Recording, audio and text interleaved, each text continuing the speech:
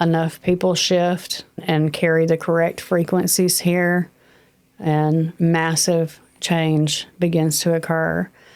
I feel like right now we're seeing the deconstruction. A lot of people are seeing a massive amount of truths come out that's been hidden for a long time. What we all learned was that 98% of our DNA was junk. This is some of the most complex shit in the human body, and it's just junk. Yeah. But that's what we tend to do and say about things that we don't understand. Welcome to Coded Consciousness, where ancient wisdom, cosmic insight, and modern awareness meet. I'm Kristina, a multidimensional channeler, energy alchemist, and esoteric teacher. And I'm Richard, producer and co-host, here to ask the grounded questions that bridge these worlds together. Together, we explore consciousness, spiritual awakening, hidden history, and the deeper mysteries of our reality. If these conversations resonate with you, subscribe, like the video, and join us in the comments for lively discussions. You can also visit codedconsciousness.com to learn more about working with us or share your story. Now let's get into today's episode. Welcome to Coded Consciousness. This is the episode we've been building toward. In 3 episodes, we've heard about channel transmissions, archangels that expose your shadows, UFOs in the Alabama sky, and more. Today, we answer the question underneath all of it. What is coded consciousness? Philosophers call it simulation theory.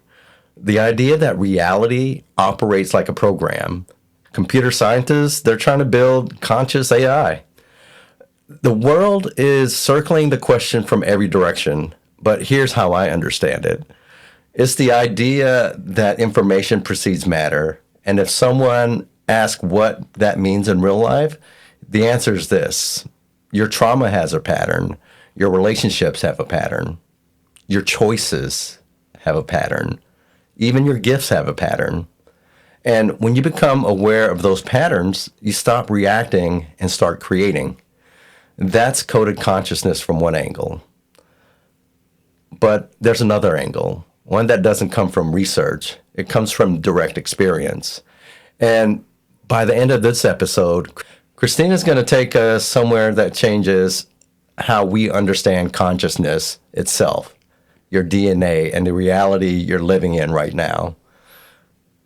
Kristina, the name Coded Consciousness came to you. You didn't find it in a book. You didn't brainstorm it. It came to you through a transmission. Tell me about that. Did you create the term, or did it just come to you? It just came. A coded transmission, a download. I'd never heard the term before, never seen that anywhere. And actually, at the time that it came through, you were here. Yeah, I remember that night, yeah. I was sitting on the couch and jumped up to go grab my journal because I had a vision of a project, and that was the title of the project. So that's where the name come from, and I had to search it in the way that I do and find out, like, what does that term even mean to the world? If the world seeks out that term, what does that mean? And then found that, as you said, in philosophy, it means one thing, in science, it means another, and mathematics, it depends on the perception of the person who's reading it. It's different for everyone, but yeah, it was a downloaded, coded transmission that came through. Yeah, but what I'm trying to get at is, so the name came to you, but what does it mean to you from your experience? Not from a textbook, not from Googling. What is coded consciousness to you? Yeah, so to me, it means that life isn't random, that reality is coded. And it took me a long time to realize that and to understand what the universe was trying to show me as this coded reality began, like, speaking to me via synchronicity and lots of things in the field, in the unified field, because that's another thing that you'll come across if you do a little research on coded consciousness, is the idea of it being the unified field. So as this field started interacting with me and I started interacting with it, that's where I... Okay. So what I'm hearing from you, it's patterned and encoded. That's something I could wrap my head around. But is it responsive? What do you mean reality is responsive? It changes based on your vibration, how you operate here, what you're pouring out into the world. We've talked about Christ consciousness and things of that nature. And as one removes blockages and traumas within the body and replaces those things with love, with light, with kindness, and different ways of operating, the reality shifts as well. You begin to attract different types of people in your life than you ever had before. Some people talk about like timeline jumping, and I did for a while. I still talk about it some because I feel like I've jumped multiple timelines here, and that's multiple major reality shifts. Like we're evolving rapidly, like from a consciousness perspective. Like the frame is pretty much in real time, flipping out and creating our reality. But on a larger scale, to have massive shifts in consciousness, to disconnect from one grid of consciousness, going through the in-between state to the next band of consciousness and connecting that is, I feel like it happens sometimes to people, but some people will stay in the same band of consciousness or reality, experiencing the same thing from a soul level over and over throughout multiple lifetimes. Okay, so life is patterned, it's encoded, it's responsive, but I want to go a little deeper. What's underneath those patterns? Like when you look past the surface of things, what are you really seeing? Matter is intelligence. It's an active field. It's an active, when I talk about getting to the core of the self, it's also a core of the universe. There's also a core of the earth. And so we can take this. I can go multidimensional with these. Oh, I'm sure you with can. These answers. Yeah. It's really hard to keep me grounded in the 3D, like just talking about the 3D aspects of it, because for me personally, there's a deeper layer of coded consciousness when you get to soul level discussions.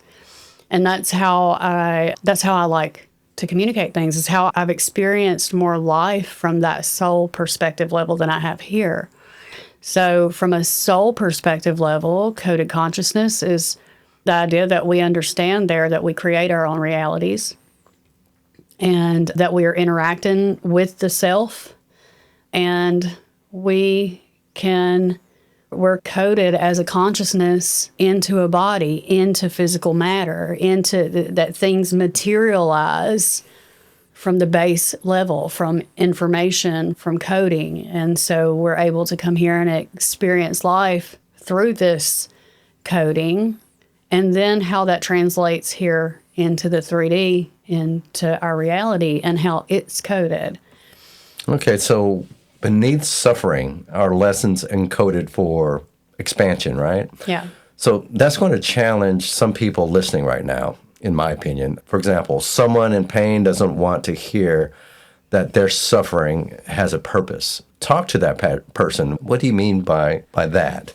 It is a really complicated thing to accept from the 3D perspective, from the life lived, because there is a lot of pain and suffering in this realm of existence. It is hard to accept when I say things like, we are the creator of our reality. If you're stuck in these trauma loops, if there's a lot of pain or whatnot, that it's hard to accept that we've played a part in it. And especially like from a soul level, because when we get here and coming through the portal here of a female coming into this realm, we forget what we came here to experience and why we came here to experience that thing and that life. But as far as what I would say to someone trying to accept, that's a really complicated thing that one has to find. So earlier we talked about intelligence underneath matter. There are patterns underneath all of that. There are lessons encoded inside suffering. So that's already a completely different way of seeing reality. But I feel like you're about to take us even further. What's the next layer? That consciousness precedes matter. Reality is information before it's physical. It's like when, if for the people watching that have followed me on Facebook, especially for some years before my main account got shut down, I was talking a lot about like government things and timeline jumping and remote viewing and lots of other things. But one thing is, at times I would go silent for months and not post anything. And then all of a sudden, I feel the energy coming in, like a wave of recoding is coming in. And Spirit would press me to get on Facebook, type what might seem to some people at the time like a crazy message, but then right behind it, something. An event. Yes. And whether that be a major global event or a local event, something would always come behind that. And that's how I view it, is like with reality being coded, it's like the information being taken up and read, all right, of what's happened here in whatever frame of time that's being read. And so everybody's everything is read, every ounce of data, every thought, every vibration, every action, every intent behind the action, every single thing is read. Because we are fully known. Everyone is fully known, whether they realize that or not. I remember that thought used to scare me, the thought of angels or interdimensional beings or anything like that, like watching me in the shower or knowing that I did this thing, or what. It used to like fucking terrify me, like when I was younger. Yeah, okay, get a creepy vibe, right? It did. Now I fully get it, and I fully accept it, and I fully know it to be the case, because really we're being watched from the inside out, because it's really us at the core that's doing this analysis in higher dimensional states and frameworks up there. But so it's read and then it's redistributed. It comes in a wave, and you can feel it like coming down the dimensions, having multidimensional access to other aspects of the self. You start reading that energy here and you feel it coming in. And so they're all communicating within this framework here. And so you read that energy and you don't know exactly what's going to happen. You just know that this energy, this coding is coming in, and some shit's about to go down in reality. You pick up changes. It's just like the day before or 2 days before this whole strike with Iran, I come home and told you, like, the universe is speaking to me, something about war. I remember that. We get up the next morning and here we are in a war. That's what it was. And that shit might be about to go down. And I was like, okay, which is happening at the time of this recording. Yeah. Yeah. It's that reality really is, its decisions are made outside of here. The energy comes in to program all of us. And now, our distortions inside, it's like this coding comes in, and our distortions inside will have us make decisions that are not so great, because your ego is being tackled in this moment as well. It's like these plans come in for us to make choices and operate with that energy that has just come in. And if you're actively doing like shadow work and trauma release and things like that, then you recognize and you start to ride these waves, and then you begin to realize that this really is a simulation, and awareness and higher ways of thinking and being, without judgment, without controlling our own self, controlling our emotions, working with the energy body and things like that. Earlier, you mentioned that consciousness precedes matter, and I want to make sure people really hear that, because I think most people, when they think about that, they think the brain creates consciousness. I view the brain as a receiver of consciousness. Yeah, but I guess from a logical perspective, it's like matter first, then consciousness. So what you're saying, it's the other way around. Consciousness comes first, matter is what consciousness creates. Is that what you're saying? Yeah. And you can go back, and I can tie this into several awakened souls that I know, conscious and aware souls who are now creators of their reality rather than reactors to reality. And you can always tell the difference in if a soul is awakened or not due to that very thing, how they react to particular situations, and whether they're reacting negatively or lashing out at others. And we see a lot of that these days in politics. It's just, you see a lot of people's true colors and just how caught up in the programming they are and how unaware they are of the original state of consciousness. So consciousness comes first then. Reality is informational. Awareness let us, interact or interface with that framework of existence. Then let me ask you this. If consciousness is the foundation of everything, what are we? What's our relationship to it? What is our relationship to consciousness? Yeah. That's getting complex because we are it in different dimensional states. Oftentimes I compare consciousness to the soul. That's one thing. But when you get into unified field theory and you understand how everything is consciousness. Yeah. Okay. We're both the reader and the expression of it. What do you think about that? Yeah, both. And I take that as in our heart space. Okay. Now we can get into the full depths of the chakras and the system and how this biological suit that we wear operates with, but it's a much more complex system than modern science allows us to know about, because there are levels of government and science and all that fully knows and fully understands this. There's been research for multiple decades. You get into the gateway things and different government programs that have been utilizing remote viewing and consciousness techniques, and you can the documents are unclassified now, so you can read all about consciousness and what their experience was and what all they were able to accomplish with it. But I do view us on one sphere as the viewer or the reader of the consciousness that comes in.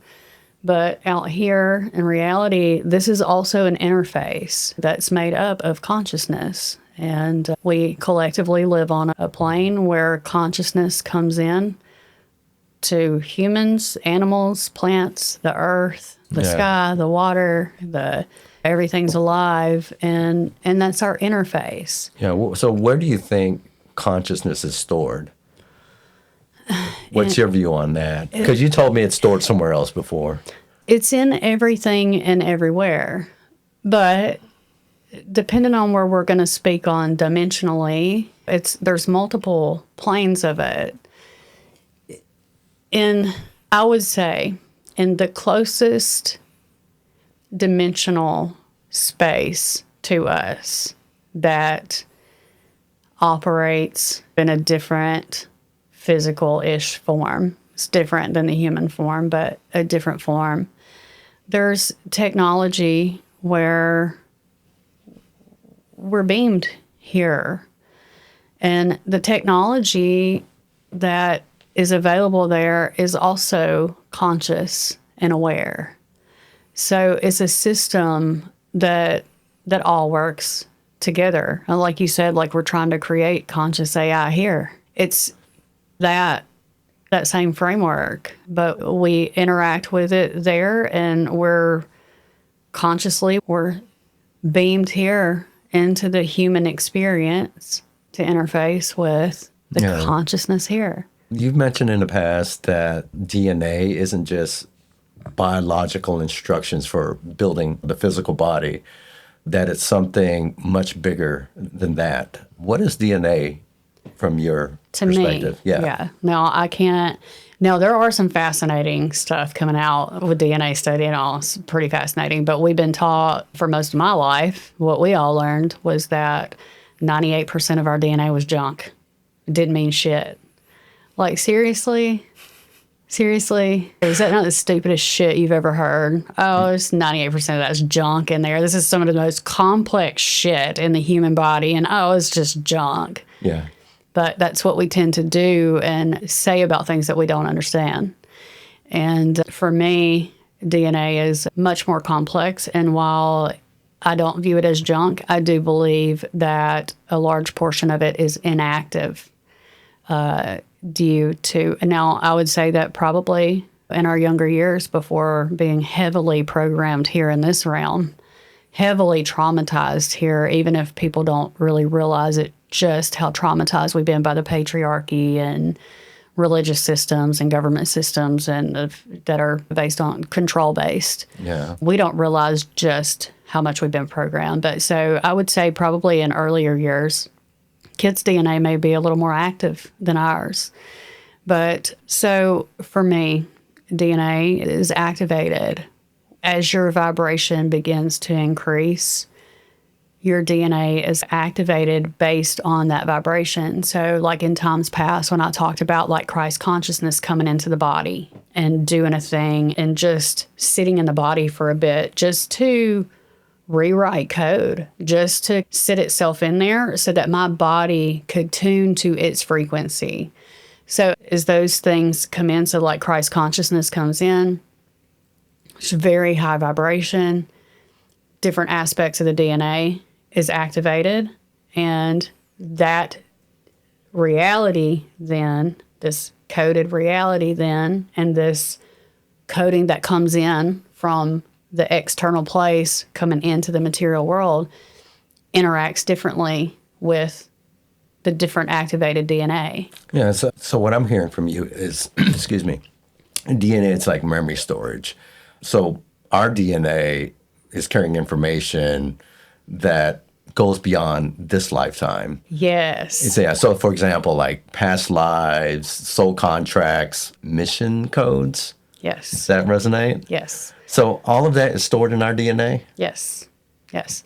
So as you begin to awake and this DNA is activated, it's a process. It's a wild process. What's happening inside the human body, what's happening inside the psyche, all the things, because as this DNA is activated, you begin to have memories of your past lives. You begin to have memories, like your earliest childhood memories. Some of those begin to come back. You start to realize things about your childhood and your past that you buried a long time ago.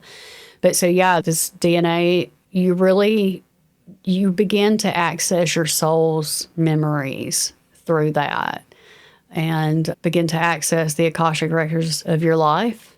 And then as your DNA continues to activate, you begin to be able to read other people's Akashic records and soul memories and things like that to help them remember who they are as well, because at the end of the day, we all came from there. Yeah, so let me break it down. So the codes are stored in the DNA, but not everyone who walks around has access to it. Something has to activate those codes. What are the activation keys? Yeah, that's things that like every religious figure in the past, every enlightened being tried to tell us. Buddha, Krishna, the Hindu philosophies, Jesus and Christianity, pretty much all of them.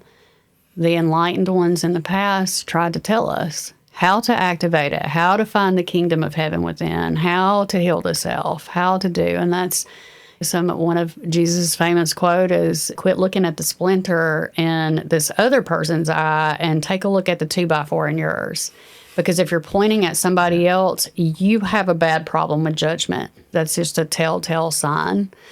Things like that. And so it's really just finding that inner Christos, finding that inner, like learning to love the self, love others, be accepting of other people without judgment, things like that. Yeah, know? You talked about personal vibration. I think vibration itself is the key.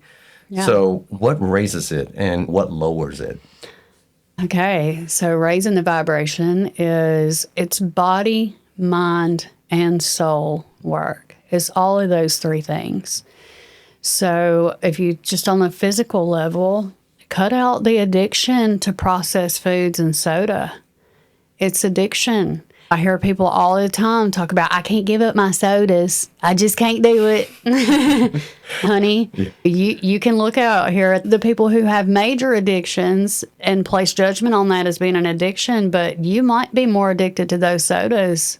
You might be carrying a heavier dose of addiction than they are. It's really focusing on those things and it's unfortunate because the way that we've been raised in the last 50 years or so, my entire life is on processed foods and junk. Same here. Yeah. Yeah. So it started out as a kid, oh, here, have this Kool-Aid with these, how many cups of sugar that shit has in it. Oh, yeah. Which is more addictive than heroin, by the way, sugar. And it really disturbs me and hurts me to walk into a place where there are a bunch of kids, and whether this be church, school, anywhere, and I see the junk that they're handing out, like even daycare and things like that. Yes, it's like bribing kids with one of the most addictive substances that we have access to legally here in the United States. It's just highly addictive, and we give it to them for everything. Every holiday, here's some candy. Every meal, here's you some dessert. And so part of it is recognizing that we have a problem with that, and that it is a major problem here in America, and I'm not sure globally, but it is a major problem here. And so in addition to food and drink, and so it's just taking care of the body, and you can exercise. Like, we know that expelling sweat is releasing toxins from the body. So those basic fundamental things that we already know about health, eating well, drinking plenty of water, physical exercise, those things are very helpful. Those things raise the vibration of the body. And I tell people all the time is once you start working on one of those three things, the other three things start to fall in line too. So you can start working on the body, and that helps the other ones come into alignment as well. It may take. Yeah, that totally makes sense. Yeah, if you're completely ignoring those things and you're just intentionally, then that will take some time. It's not that it happens overnight, but if you start working on one area, it helps. As far as soul work, yoga is one of the best things that you can do for healing. There's trauma stored in the body. Yoga was designed, I think you may know a little bit more about the history of yoga and all, but the way that it was designed consciously to know like where traumas were stored in the body. And so you're twisting and popping out. I've had this experience so many times in stretching and yoga of popping out like the trauma that is stored in the body from past experiences, from ancestral traumas. It's just that coded DNA, that stuff that's in there. Yoga and meditation. Meditation is one of the highest ways to really come into oneness with the self, to really discover the self and sink down into the self and discover who one is. And once you begin to do that, your vibration, obviously. And that takes a lot of practice. It does. I remember years ago, I could not meditate. I could not sit still just there within myself. And what it was is I couldn't sit with my trauma. I couldn't sit with myself like that. It took practice. It took years to be able to. And then during my spiritual awakening some years ago, that became a daily habit. It becomes something very important to me. And over time, now I have no problem sitting with myself and my traumas and things. And so anyway, that's a major thing to raise the vibration. And then mind work. That's also another thing, is getting the thoughts and the mind in alignment. And sometimes that takes therapy. For me, I used other spiritual energy workers because I had some depth. You had some things you needed to address. Yeah. You were one of the things, the people that really come into my life and allowed me to go deep into things that I've never been allowed to go that deeply into, even with other energy workers. Like, I've had a hard time getting to those places because who I am and what was down there in the depths of myself was just wildly different. It's not something easily talked about here on the earth plane. Definitely. Lots of judgment and lots of accusations against people like myself. So the mind work is also important, like finding somebody reliable to really talk things out that will see you where you are and to help you find yourself in those moments. Yeah, you did the exact same thing for me. You knew my life situation at the time, and you were really accepting of it. You didn't judge it. You left judgment at the front door, and that's something I really appreciated. Yeah. So it's all of those things and raising the vibration. It's a combination.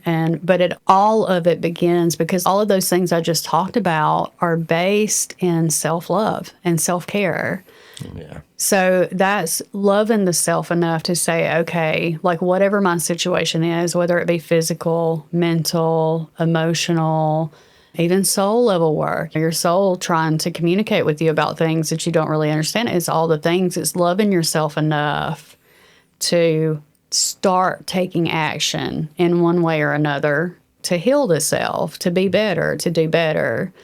But yeah, at the end of the day, it's rooted in love and not fear. I agree with that. And earlier you said about raising vibration. So when your vibration raises and new codes activates, does your actual reality change? Yes. I agree. Absolutely. It's changed like here between you and I. We've witnessed it both here throughout our experiences over the last few years. And how those loops and how those things create loops, and you will stay stuck in those loops, like doing those same things. And then it's as your vibration raises, as you learn to love the self, to accept our own humanness. Yes. And to accept that reality and other people drawn to us, so situations that are drawn to us, and whether that be a romantic relationship, a business partner, boss, whatever it may be, that our reality is interfacing with us based on particular things in our life and in our field. I know some really good people who do a lot from for the community, et cetera, but at their closer to their core, miserable, and really not taking the time for self-care and self-love. And a lot of times your reality will reflect, or your reality does reflect, what's that inside stuff. So I feel like it's really important. Yeah, so the codes aren't just spiritual concepts. They produce real world, like tangible results, Yes. right?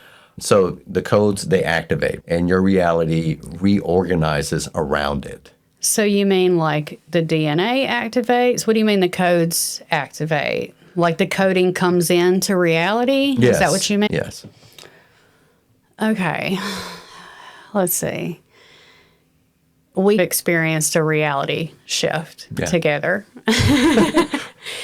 And I remember sitting on the floor in there, and I was processing the new energy that came in, the new coding that came in. And for me, the way that I can only tell you what my experience is, this is the only way I know how to answer this question.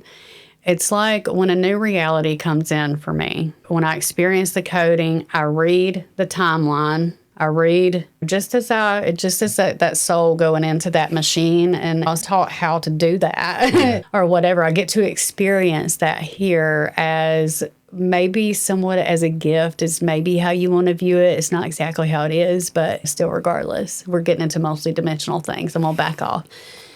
But anyway, I remember, and it's how I do. So I'll feel new coding come in.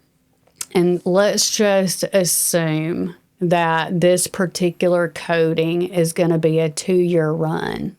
That Now, it's not to say that you want to track different people based on your vibration, because that is what happens. But your framework of reality, you just got dished a 2-year framework. And that will be kind of repeated cycles, but that doesn't have to be like bad. It doesn't have to be karmic or bad. It's just that this is how this framework is set up for the next 2 years.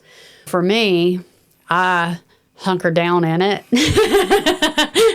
I know that's an odd choice of words, but I do. And I go ahead and I analyze the fullness of what that 2 years is going to bring about.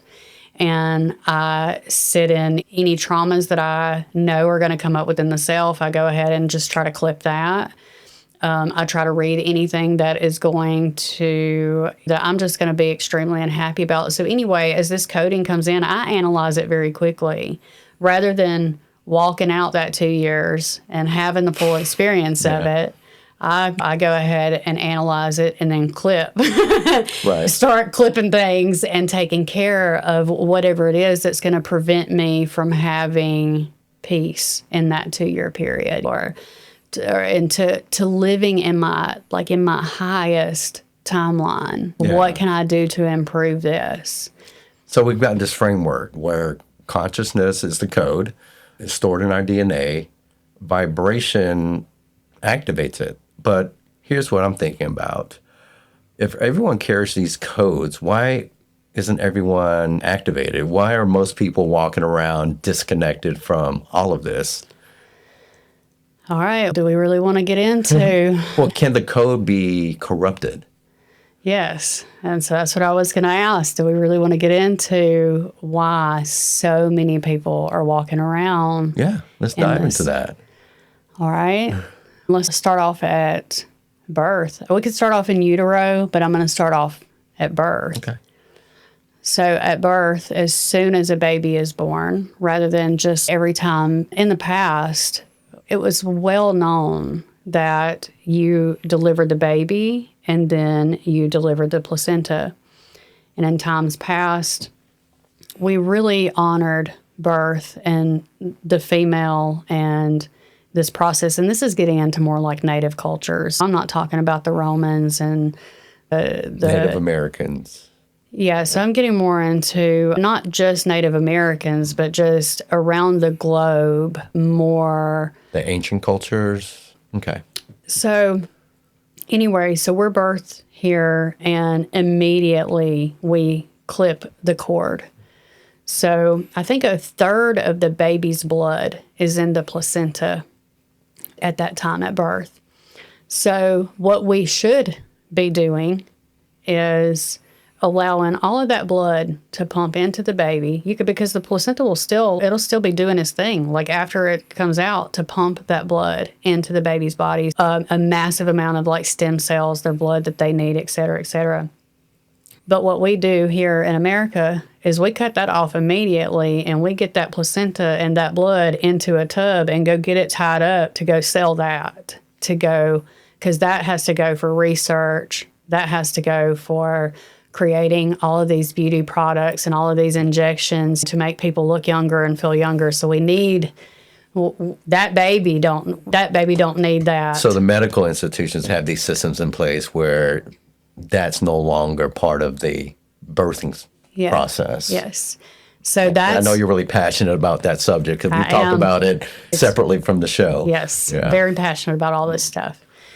Then another, and this is just a highly controversial topic. It's like people are either on one side or the other, and it's debate and it's argued about. And there's so much hate behind these two groups of people, which is the vaxxers and the anti-vaxxers. There is so much hate amongst that. But just for the fact of what is happening here and why so many people, let's just talk about it. So after we clip that cord and we take away a third of their precious blood, then they're immediately injected with vaccines. We give them the vitamin K shot, which thickens their blood right then. It's not natural. Now, I'll say that the risk of not doing it, so a baby's blood is really thin for about the first 8 days of their life. So On one end of the spectrum, this was created so that it would instantly thicken their blood. That way, if the baby was dropped or had a gash or something like that in the first 8 days, they're not going to bleed out because they have thin blood. So that's looking at it from that side of things. When you look at it from another side, it's believed that there is divine purpose in that. It's why religious, like even back biblically, why they didn't do the circumcision until day 8, because we knew that for those first 8 days, even though they didn't have modern science, they didn't have tests for this shit. Right. They just knew how they were more connected to spirit, so they were able to know what needs to be done just by knowing, just by having a closeness with spirit and being led in a way. They didn't perform their circumcisions till day 8 because of this. But so anyway, we inject this synthetic vitamin K, which the baby begins to produce naturally on day 8, but we inject that. Then we immediately start injecting them with vaccines that offer low doses of viruses. And also, what's even worse about that to me is the heavy metals and toxins, that the preservatives and things like that are in the vaccines. Now, they say we have safety studies showing that these amounts don't cause harm, blah, blah, blah.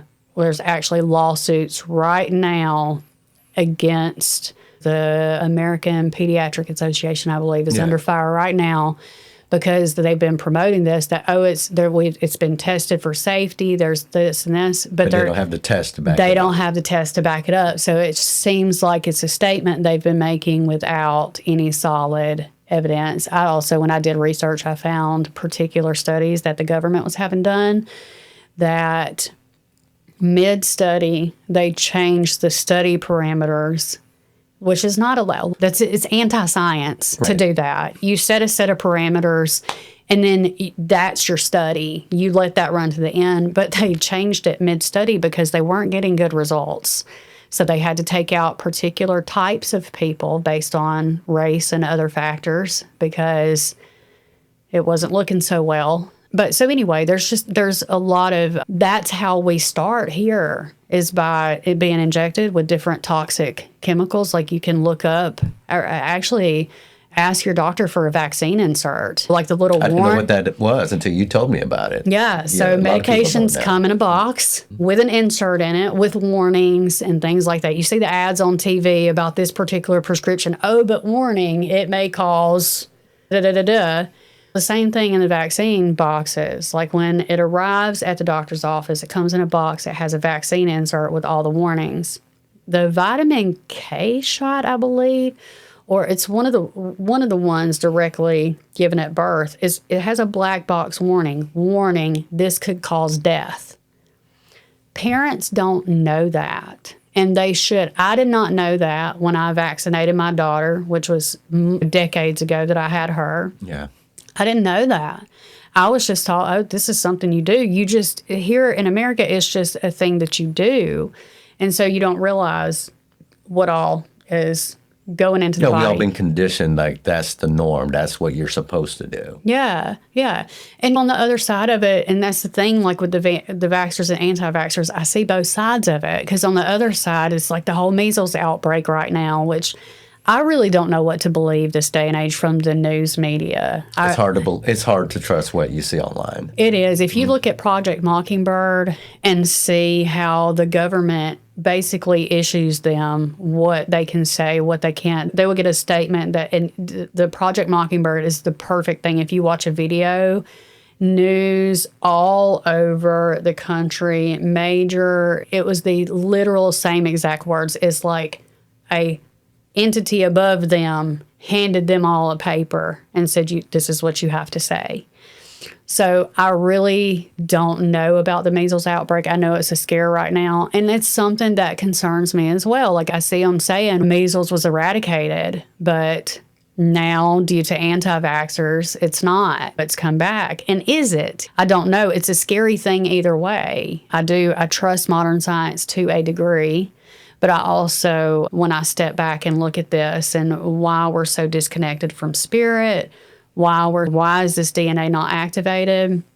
when you look at studies about what these particular heavy metals in vaccines, how they cross the blood-brain barrier, what they do to particular organs, where they settle in, it just makes perfect sense about getting started right off the bat, disconnecting us from... And again, it's all conditioning. It's the stuff we absorb growing up without even knowing it. Yeah, exactly. Now, you mentioned religious programming, and I know that's a really big topic for you. Talk to me about that.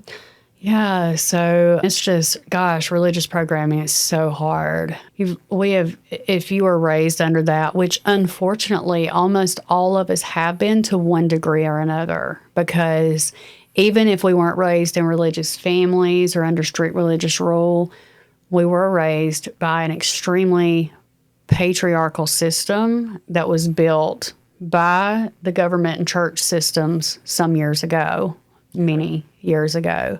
And that cycle, that system has been running for a very long time. And so this is so deep in modern day programming that many of our main core beliefs where we operate from are based in that.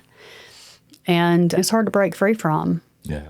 Yeah. Especially thousands of years of just preaching the same thing over and over again. Yeah. It's ingrained in our deeply into who we are. Okay. Let's talk about our physical environment. We're still talking about code corruption here. Yeah. You've talked before about food, about water, the things we put in our bodies.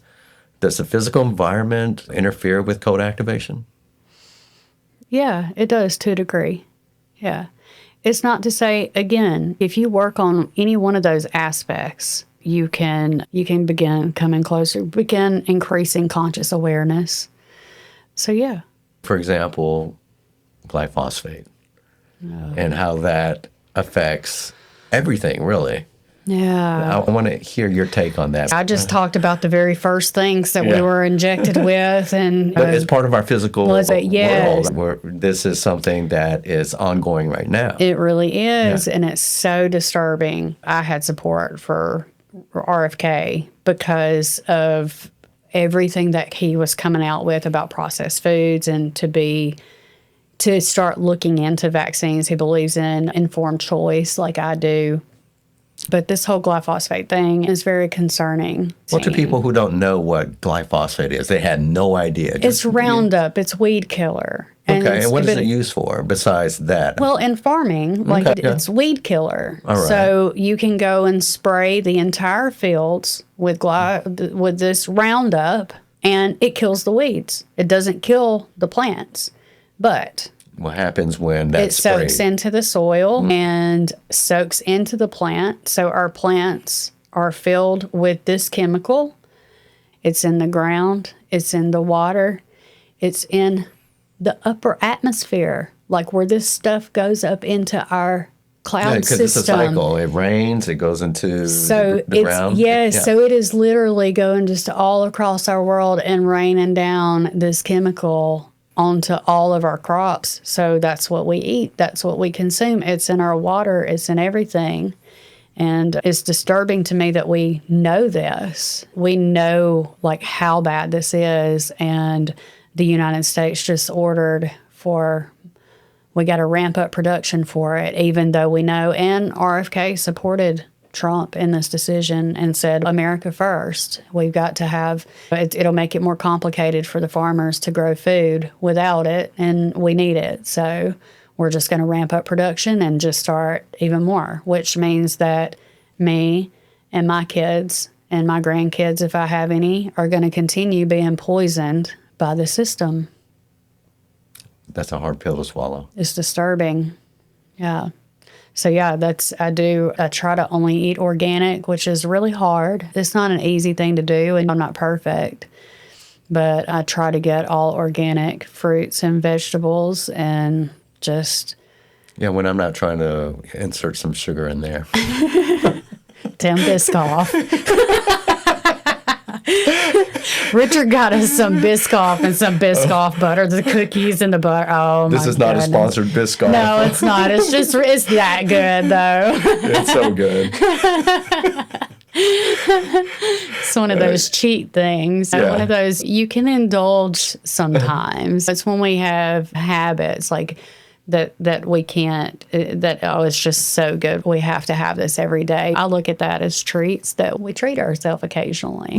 Yeah, definitely. At the end of the day, trauma corrupts the code. Conditioning corrupts the code. Religious programming, all of it. What I want to get down to is corrupted code like permanent, or can it be restored?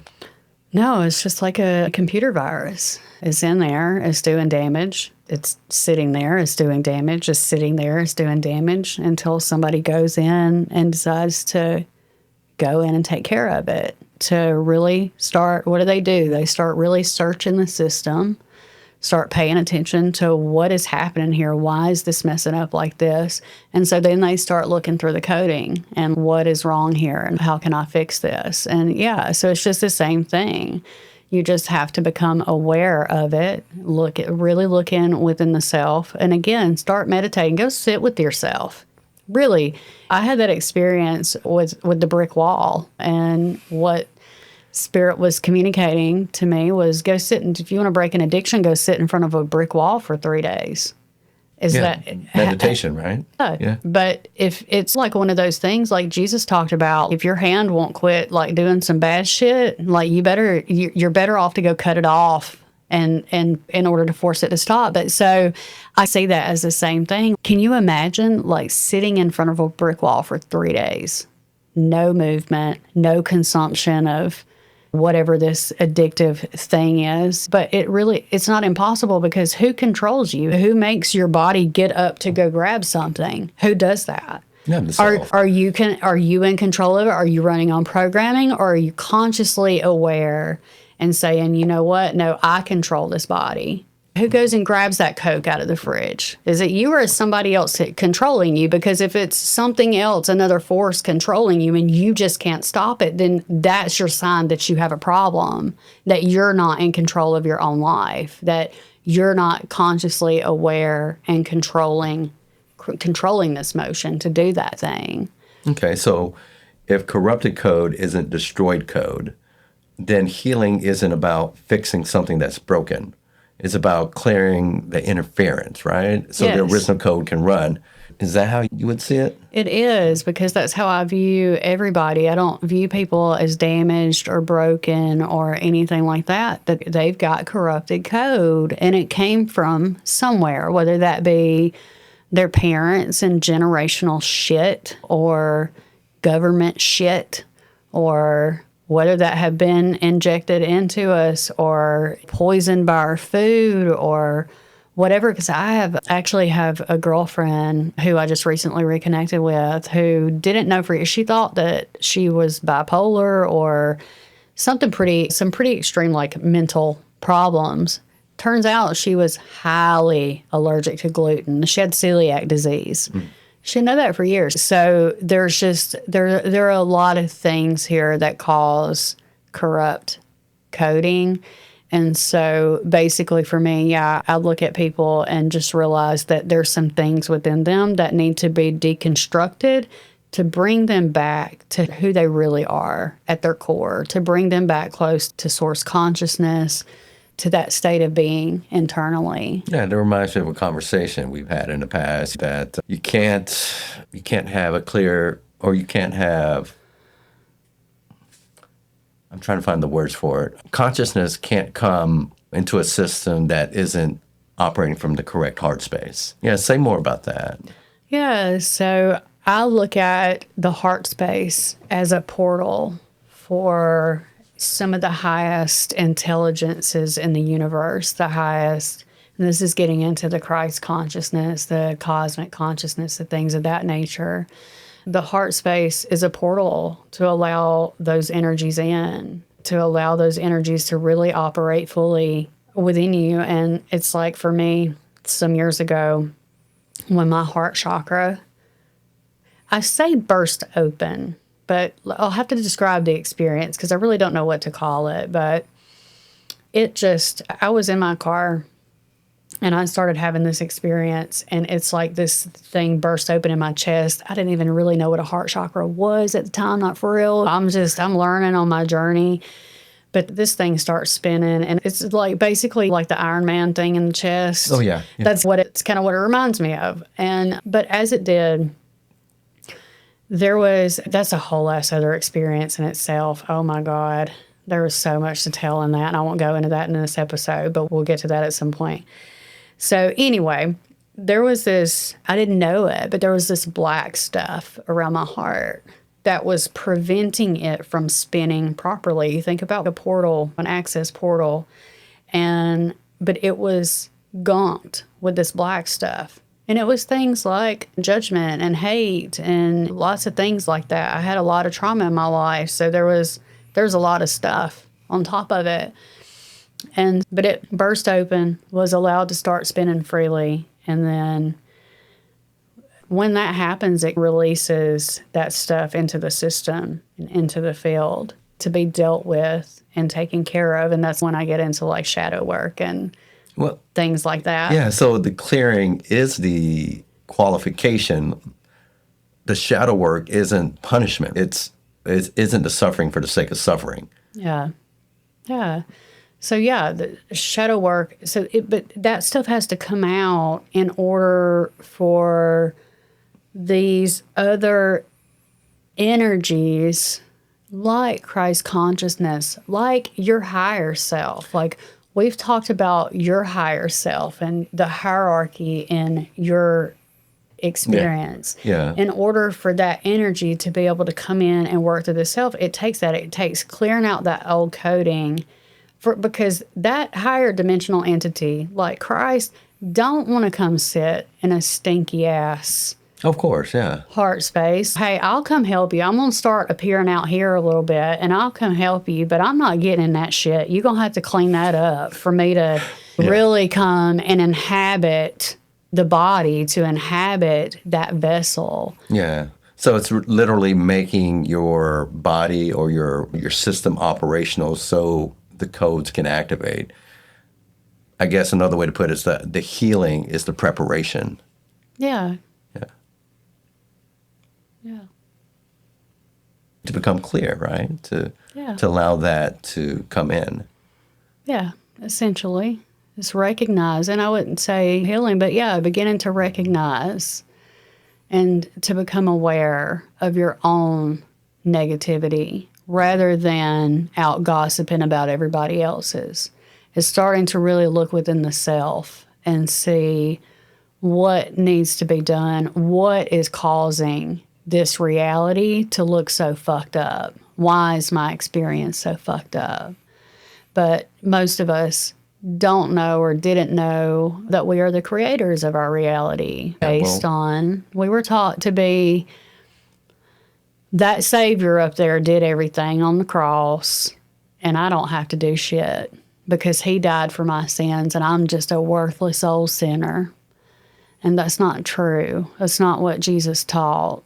He taught something wildly different, and we turned it into this Savior that did everything for us worthless humans that we are. And that's not how he views us. That's not how Christ views us. Yeah. Can someone do this for themselves, or do they need outside help? For example, a healer, a guide, or some kind of event that needs to initiate that in their life? So it depends on the person's journey. I have done a lot of my internal healing myself, but there were also points of my journey where it was a requirement for me to use. That was a point in my journey where this is where I was led, and I have two things. I have to use them for healing because we all need humility at points. Like, we can't do everything. So I would hit a point where I would have to use a particular healer, but you have to understand that when you get into that we are here collectively, that the universe, that God, was also not only leading me to them because I needed them for that healing in this moment, but also that I needed to invest into their mission, that God was leading them in a way too, and that God needs investors into those lives, needs people to pay for those services. So it's a two-party thing there for me personally, and running into healers is I knew that I had to use them for multiple reasons because God was using me to pour into them financially by paying for those sessions, and was also using them to help me. I told you about the one that taught me Reiki. That was a $99 session, and probably the best $99 I've ever spent. Could have been a lot more than that. It's a pretty damn good deal for what he taught me. So yeah, I think it's both. And I think that everybody's journey will show them or lead them in a way to who or what they need for their healing. Yeah, I guess for people listening and watching this, they've been doing the work for years. They've been doing the therapy, the meditation, whatever it takes. And nothing's really changing. Or they're wondering, is this actually changing anything in their lives? What would you say to that person? Keep going. Do the inner work and just keep going. If you need therapy, go seek out therapy. If you need medical assistance, if you need prescription drugs, or if you need a mystic healer, do whatever you have to do to get stable. But I do highly recommend it. It's all of my friends, they go on vacation, they go here, they go there, and it's, okay, we're going to the bar. We're going out to the restaurant to drink at the bar. We're going on vacation and we're going to party and we're going to do this. And for me, you can find so many really cool things to do with cool ass people that has nothing to do with those things. I love to seek out places and experiences where I can experience spiritual growth with other people, with groups of people. I would just say to really try to find something solid and healthy in life, whatever that might look like for each individual person. Yeah. You know what? Earlier, I planted a seed about manifestation. You said reality is coding that responds to how you play the game. If that's true, then what most people call manifestation is really just what? What most people call manifestation? Are you asking how I view it? Yeah. Or okay. So for me, manifestation is, I teach and I preach manifestation via alignment. For me, I always dream big, okay? I've been like that since I was a kid. So my manifestations have been wild and out there. And I will say that when those codes of reality come in, because it's taking up the desires of all the hearts and all the things, and before the energy is redistributed. So for me, what I was seeking was well outside the sphere of my coding, my vibration. And so for me, it's been a lot of solid hits from the universe, a lot of things to get my energy prepared for those manifestations to come in. Because if you're trying to manifest a $5,000 car and your budget's not quite there, but you're close. The universe might, okay, their heart's pretty pure. That's what they're asking for. Might encourage a few people around. You run into somebody and they give you a little extra money. You get a bonus at work. You get an unexpected check in the mail. And so that manifestation comes in. Yeah. For me, I was asking for entirely too much for them to just say, here you go, baby girl. Yeah. So I took hit after hit after hit to get myself to a point to where some of my manifestations could start flowing in. But so that's what I teach about, is you can manifest, write down in your journals, visualize, focus, all the things. Be realistic. It's like chasing something that's not really written in your code, right? Yeah. I guess for that moment. Yeah. But the code, that's the thing, is your coding can be completely wiped down to the core. And at the core of every person is a worthiness of all things, a worthiness of all things that are desired from a healthy place. Yeah. But I had to get to a point of a level of purity, even though like I've carried that at particular degrees throughout life, I had to reach a particular level of purity to be able to host those retreats with the right, correct heart space, and not just the right, correct heart space to go out and lead an event beautifully, say all the right words, do all the right pretty things, all that, but then go home and be operating like shit, treating your family like shit, treating your kids like shit, treating your business partner, your business dealings, not necessarily your partners, but just everything, your business dealings. You're doing people dirty, all for the sake of those legal contracts. So I'm good because the law is siding with me. No, it's this really is how about you operate, like when you're not in the public eye, yes, what people don't see. Yes. Yeah. And there were times when I wanted to do these things and have these things, and I was operating out in public with a huge smile on my face and loving everybody and giving all the compliments and all the things. But then I would come home and I was so miserable. I was crying and upset all the time and all the things. And I had to start working through that stuff and start confronting that stuff, because at that time in my life, I couldn't even admit that was happening to anyone. I couldn't talk to anyone about that. Yeah. And now I can talk about these things and be honest about where I'm at and how I'm feeling. But that's how you get through it. And that's how you move through those things to get more to the space of manifesting, because at each point, authenticity is the biggest number one thing that increases your vibration.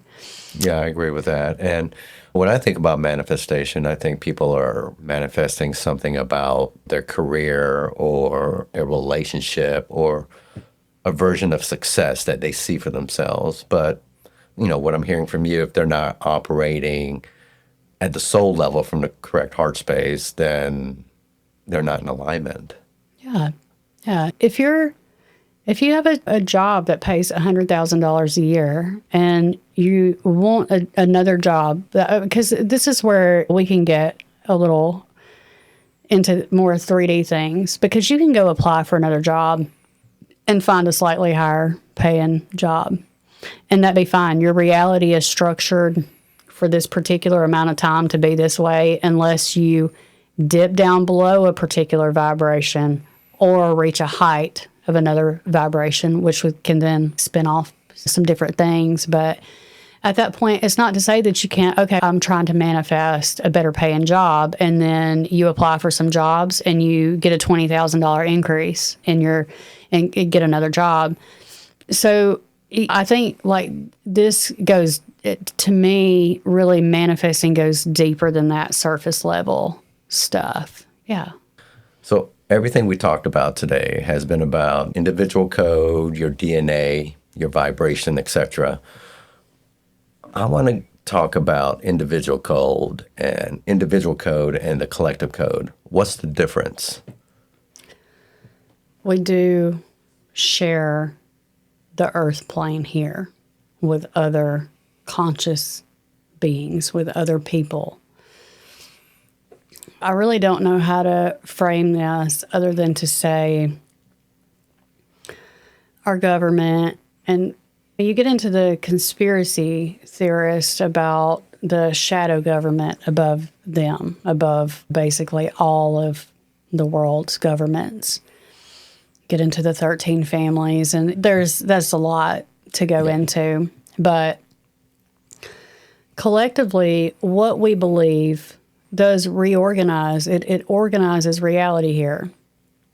And this is what concerns me so deeply about the media and how the government controls what we view, what we take in, what's pumped out to the masses. Because it is just mostly like war, fear-based propaganda.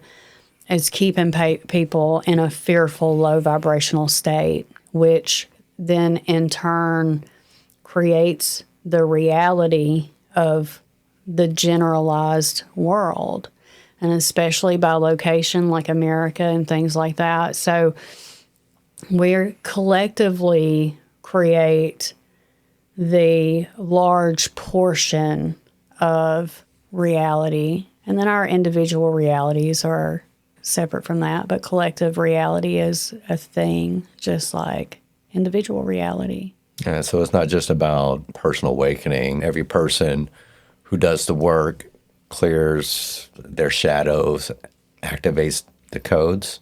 Is it actually contributing to something bigger, like a collective shift? Absolutely. Enough people shift and carry the correct frequencies here, and massive change begins to occur.